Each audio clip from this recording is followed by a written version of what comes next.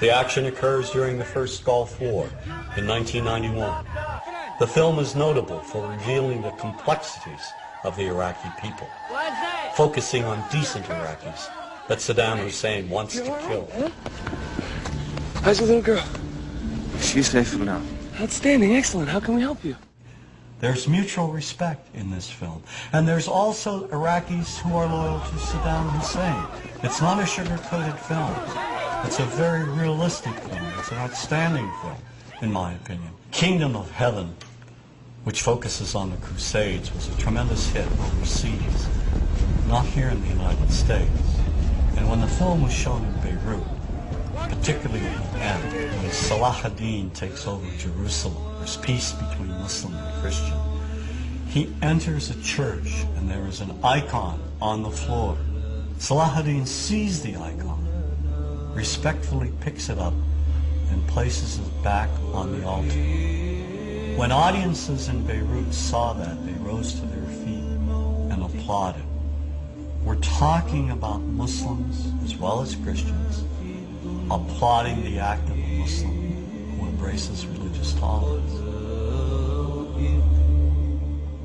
There is this need of Arab audiences to embrace American films that show them in a respectful, honest, fair manner.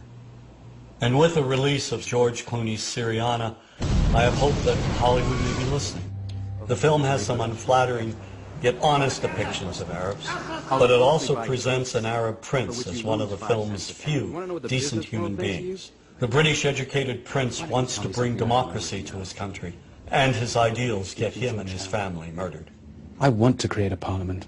I want to give women the right to vote. I want an independent judiciary. I want to start a petroleum exchange in the Middle East. I'll put all of our energy up for competitive bidding. I'll run pipe through Iran to Europe like you proposed. I'll ship to China. Anything that achieves efficiency and maximizes profit. Profit which I will then use to rebuild my country. Great, that's exactly what you should do. Exactly. Except your president rings my father and says I've got unemployment in Texas, Kansas, Washington State. One phone call later, we're stealing out of our social programs in order to buy overpriced airplanes. Another example of this kind of humanity and respect is found in Hideous Kinky, a film about an English woman, played by Kate Winslet, and her two daughters in Morocco. Winslet's relationship with her Moroccan lover is beautifully and lovingly displayed. And when she doesn't have the money to return home to England with her daughters, he makes hard sacrifices to make it happen. There's a tender and moving scene at the end. The Moroccan catches up with the train they're on to say goodbye, to wish them well. We see the warmth and love that exists between them.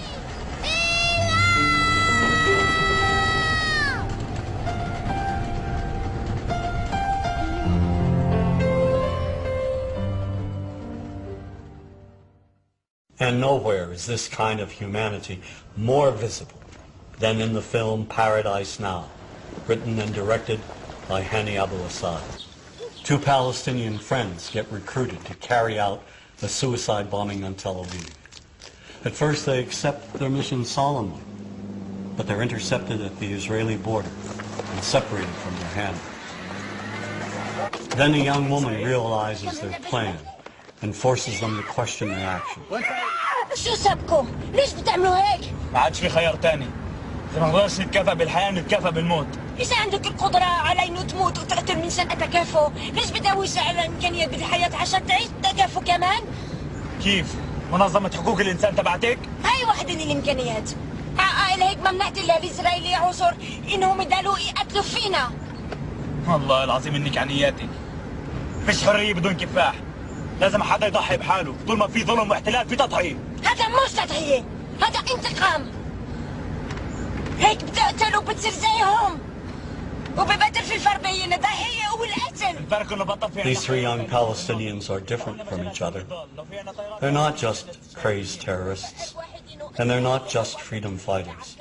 They're human beings, with all the faults, successes, ideals, and pain of human beings. سعيد رد علي. كان ليش انت هون؟ ايش جيت؟ عشان اكون معاك. تعال نرجع سوا معها حق. مش حيننتصر بهاي الطريقة. احنا نعمل اللي علينا، نجتهد والباقي على الله. بس ربنا قال لك فكر قبل ما تعمل. راح نموت ناس معانا، مش راح يتغير ولا اشي.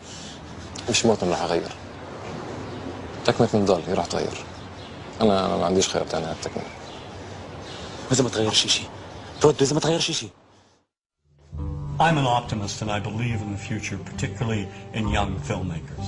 The stereotype will change. It will change because young men and women who are entering the profession will see that there has been a grave injustice committed, and they'll make attempts to correct it. It's only a matter of time as to when this will happen, but it will take place. Look, we've unlearned many of our prejudices against blacks, Native Americans, Jews, other groups. Why can't we unlearn our prejudices against Arabs and Muslims? What matters is not to remain silent. I think whenever we see anyone being vilified on a regular basis, we have to speak out, whether we're image makers or not. We have to take a stand and say this is morally and ethically wrong to demonize a people.